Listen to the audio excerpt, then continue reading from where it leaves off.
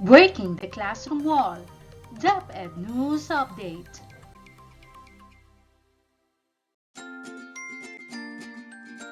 Hi! Halina't pag-aralan ang Guidelines for Classroom Observations Multi-Year RPMS. Ito ay base sa DepEd Memorandum No. 8, Series of 2023. Ang DepEd Memorandum na ito ay tungkol sa Multi-Year Guidelines on the Result-Based Performance Management System, Philippine Professional Standards for Teachers. Ngunit bago natin isa-isahin ang guidelines for classroom observations, basahin muna natin ang first two paragraphs ng DepEd Memorandum na ito. Number 1. Consistent with DepEd Order No. 2, Series of 2015, prescribing the guidelines on the establishment and implementation of the Result-Based Performance Management System in the Department of Education, and pursuant to Section 5 of DepEd Order 42, Series of 2017 on the national adoption and implementation of the Philippine Professional Standards for Teachers, which mandates that all performance appraisals for teachers shall be based on this set of standards. This department continues its commitment to integrating and embedding the PPST into the RPMS for teachers. And number 2, geared towards competency-based performance management, professional development, and career progression, the PPST-based RPMS for teachers shall utilize all the 37 indicators of the PPST and shall be distributed across 3 school years. School year 22 to 2023, school year 2023 to 2024, and school year 2024 to 2025. This DepEd Memorandum titled Multi-Year Guidelines on the Results-Based Performance Management Professional or Philippine Professional Standards for Teachers details the enclosed procedures and all other necessary information on the adoption and implementation of performance management and appraisal for teachers.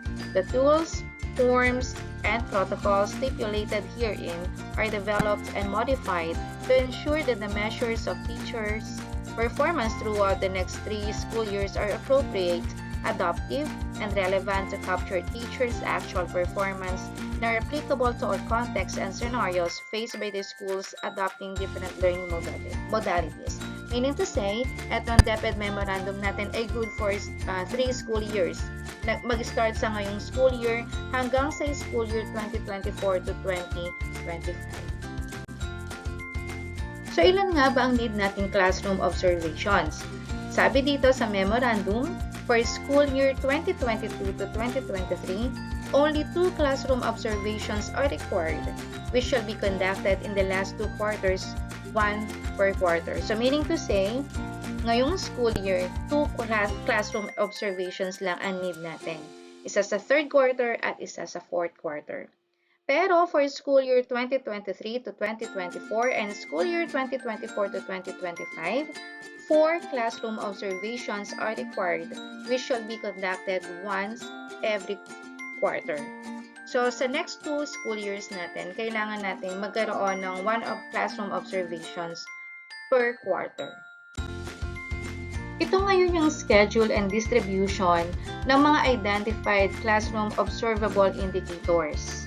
So, makikita natin na sa 3rd and 4th quarter, tag-6 na indicators. Pero, iba't iba sila na indicators.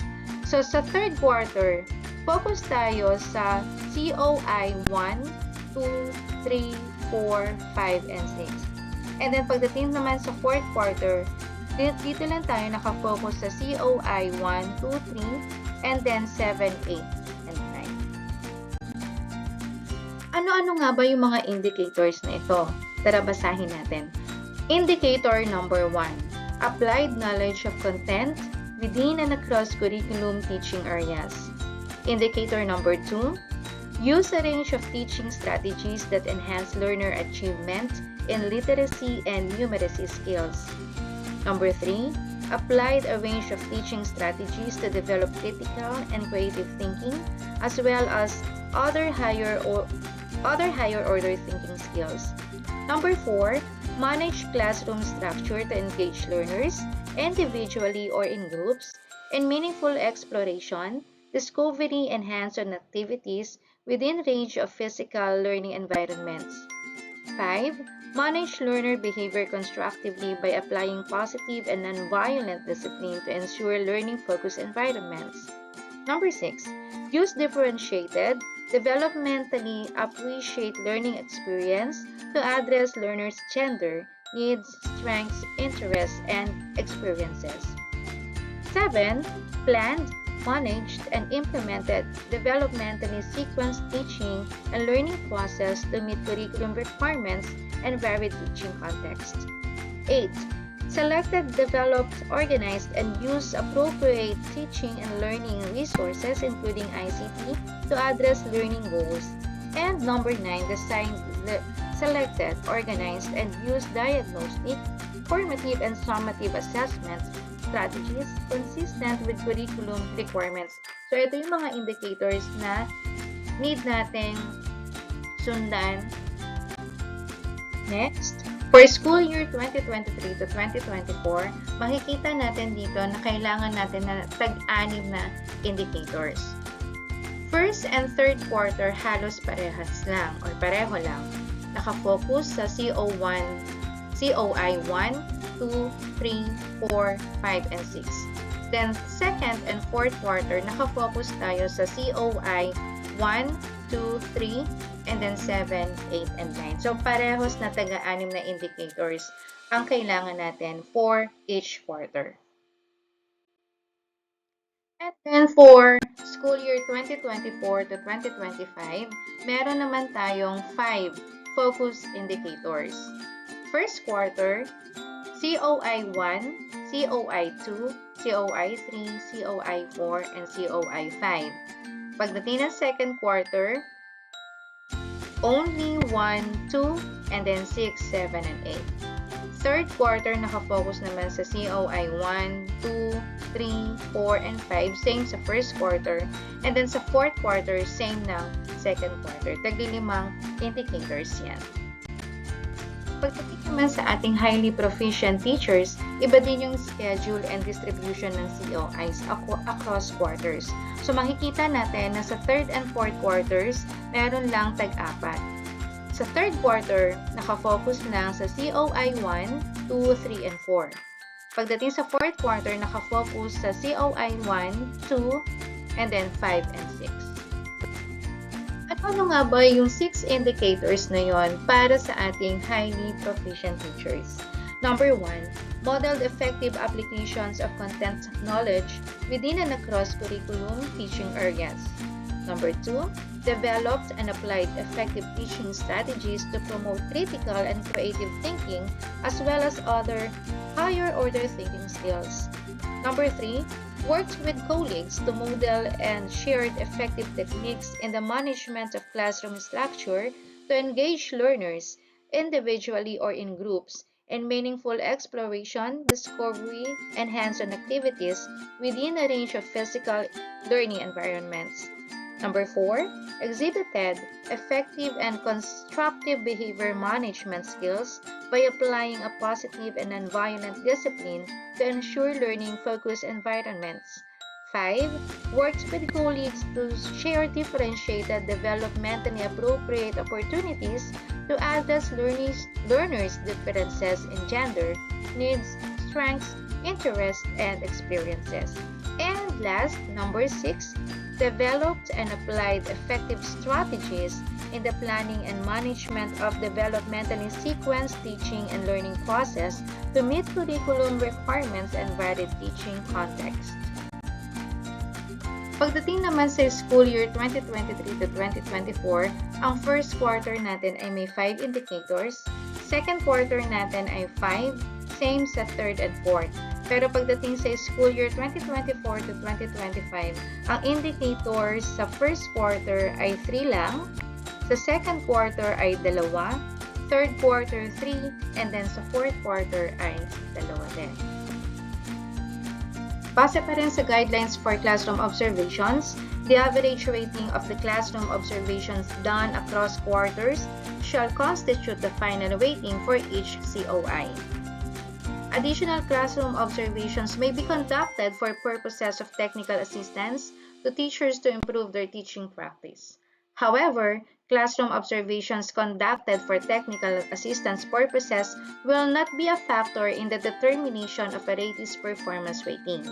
The purpose or objective of the observation shall be clearly stated prior to any scheduled classroom observation. So, kailangan ang classroom observation should be scheduled in advance. And then the ratee must be informed of the schedule at least 3 working days before the classroom observation. So, ginagawa naman natin talaga yan.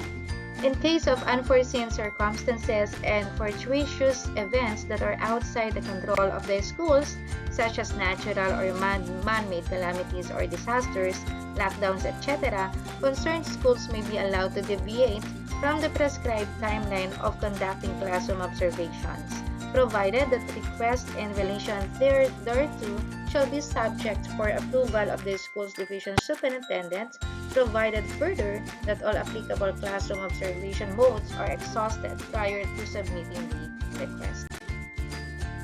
The default mode of classroom observation shall be in-person, face-to-face observation. In case of any national pronouncements that may affect the operation of the school like community quarantines, implementation of blended learning, etc., the following modes of alternative classroom observation may be considered. A. Online synchronous classroom observation. B. Online asynchronous classroom observation. And letter C. Classroom observation via learning action cells. The usual protocols and procedures indicated in the 2019 DepEd RPMS Manual for Teacher and School Heads shall apply. Annex D provides for the additional guidelines on the conduct of all classroom observation modes. To further guide the ratees and raters on the conduct of the various classroom observation modes, Annex E provides for the pre-observation, observation, and post-observation processes for any mode of classroom observation. Ito yung Annex D na nakapaloob sa DepEd Memorandum at ito naman yung Annex E. Breaking the classroom wall. DepEd News Update.